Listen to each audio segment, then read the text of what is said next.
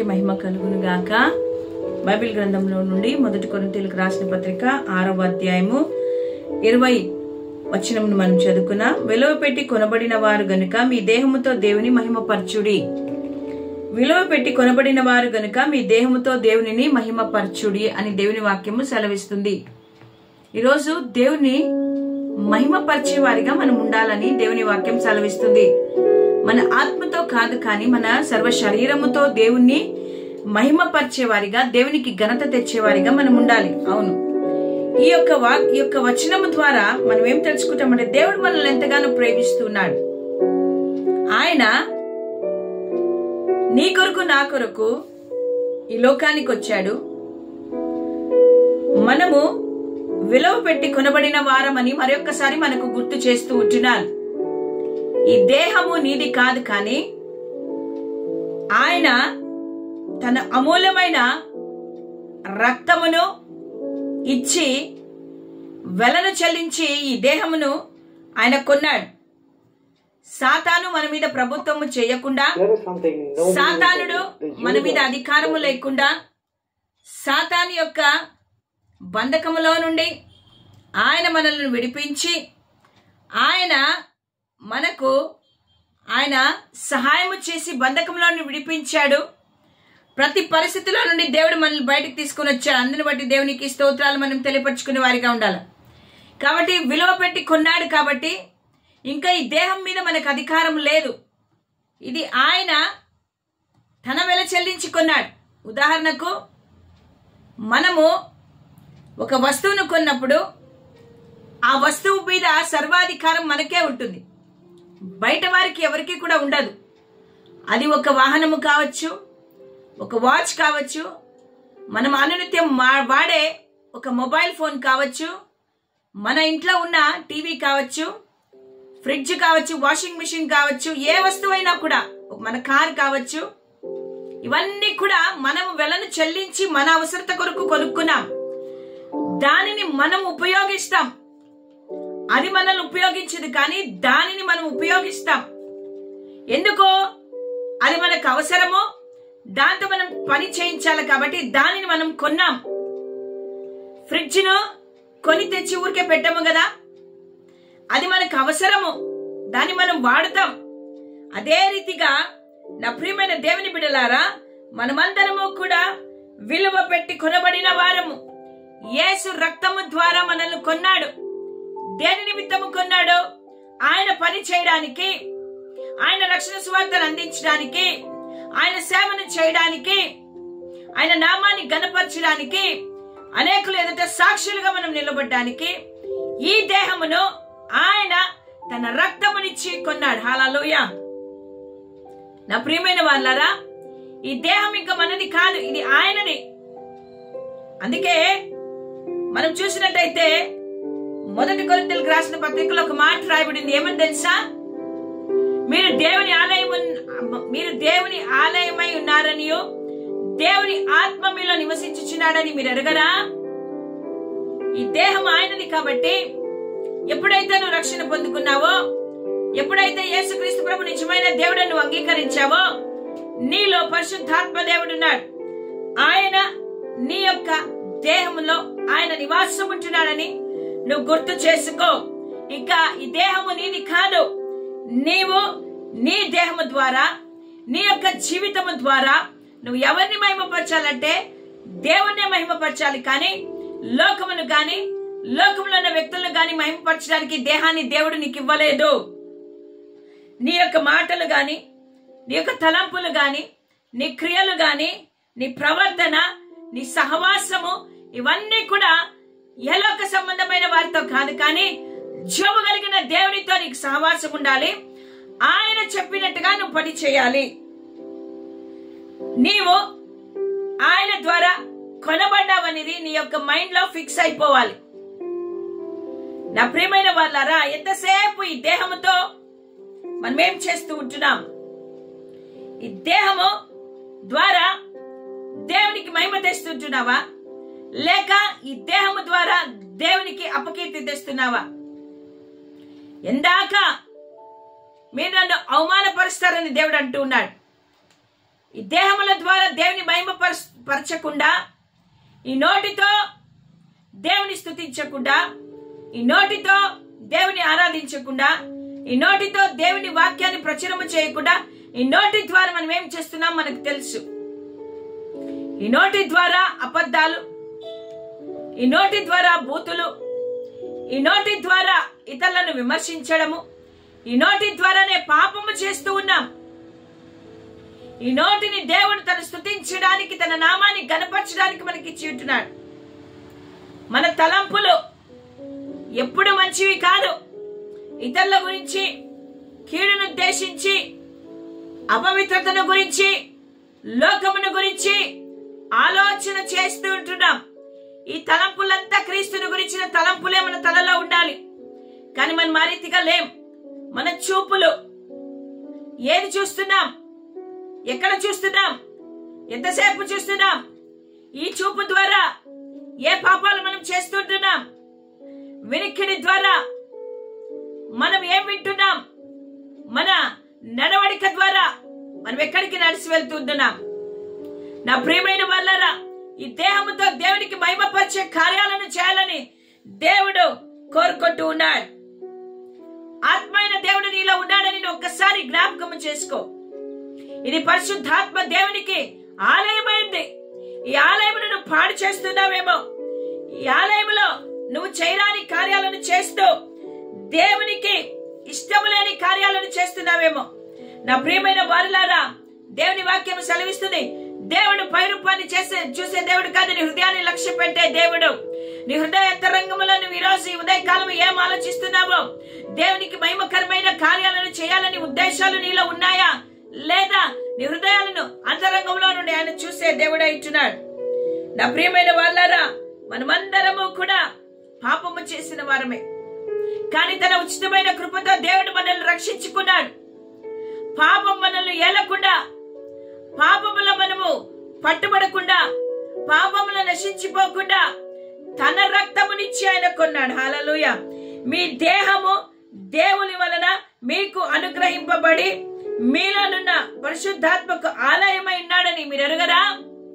ఈ దేహం ఇంకా నీది కాదు, దీని మీద ఏ అధికారము నీకు లేదు. దేవుని వలన నీకు అనుగ్రహింపబడింది. దేవుడి యొక్క దేహమును నీకు ఇచ్చాడు. మీరు మీ సొత్తు కారు. నువ్వు అనుకుంటున్నావు నా దేహము నా ఇష్టము, నేను ఎక్కడికెళ్ళా వెళ్ళొచ్చు, ఏదైనా చూడొచ్చు, ఏదైనా మాట్లాడొచ్చు, ఏదైనా చేయొచ్చు, ఏదైనా తలంచవచ్చు అని నువ్వు అనుకుంటున్నావేమో. మీరు మీ సొత్తు కారు. నీకు నీ దేహం మీద ఎటువంటి అధికారము లేదు. కేవలము యేసయ్యకు మాత్రమే, పరిశుద్ధాత్మ దేవునికి మాత్రమే. ఎందుకంటే విలువ పెట్టి కొన్నారు. హల్లెలూయా. విలువ పెట్టి ఆయన కొన్నాడు. నా ప్రియమైన దేవుని బిడ్డలారా, మొదటి పేతురుకు రాసిన పత్రిక 5వ అధ్యాయం 8వ వచనములో ఒక మాట రాయబడింది. సాతానుడు గర్జించే సింహము వలె ఎవరిని మృంగుదునా అని వాడు వేచి ఇటు అటు తిరుగులాడుతున్నాడు. కాబట్టి నిబ్బరము బుద్ధి గలవారై మెలకుగా ఉండండి. మీ విరోధి అయిన అపవాది గర్జించు సింహము వలె ఎవరిని మృంగుదునా అని వెతుకుతూ తిరుగుతూ ఉన్నాడు. ఈ ఉదయ కాలమున నీ దేహము ద్వారా పాపము చేయించడానికి వాడు వెతుకుతూ తిరుగుతూ ఉన్నాడు. నువ్వు దొరికితే నీ దేహముతో పాపము చేయించాలని వాడు ఆశపడుతూ ఉన్నాడు.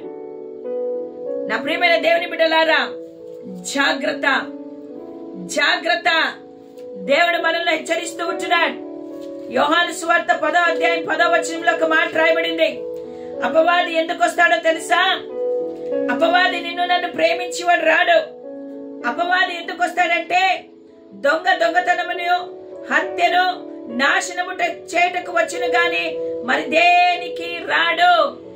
వాడు మన దేహమును నాశనము చేయడానికి, మనలను దోచుకోవడానికి, మనల్ని హత్య చేయడానికి సాతానుడు వస్తాడు. కాబట్టి వానికి ఆకర్షింపబడి మన దేహములతో పాపము చేయకుండా మనము దేవుని వైపు చూస్తూ దేవుని కొరకై సాక్షి బిడ్డలుగా ఈ దేహముతో దేవుని మహిమపరచాలి.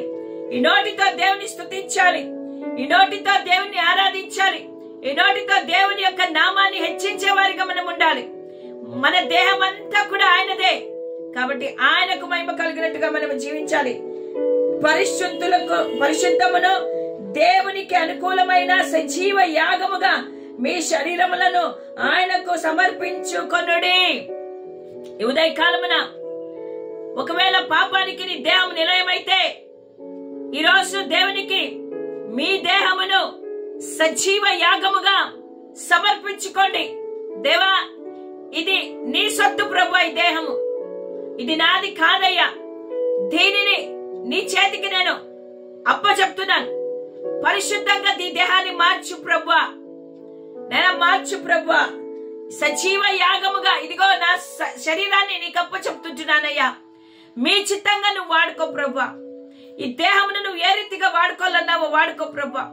నా యొక్క ప్రాణమున్నంత వరకు అయ్యా ఇదిగో ఈ దేహము ద్వారా నీ నామాన్ని మహిమపరుస్తానయ్యా. ఈ దేహము ద్వారా నీ నామానికి ఘనత తెస్తాను ప్రభా. కేవలము నిన్ను మాత్రమే మహిమపరిచే దేహముగా ఈ దేహం ఉండాలి.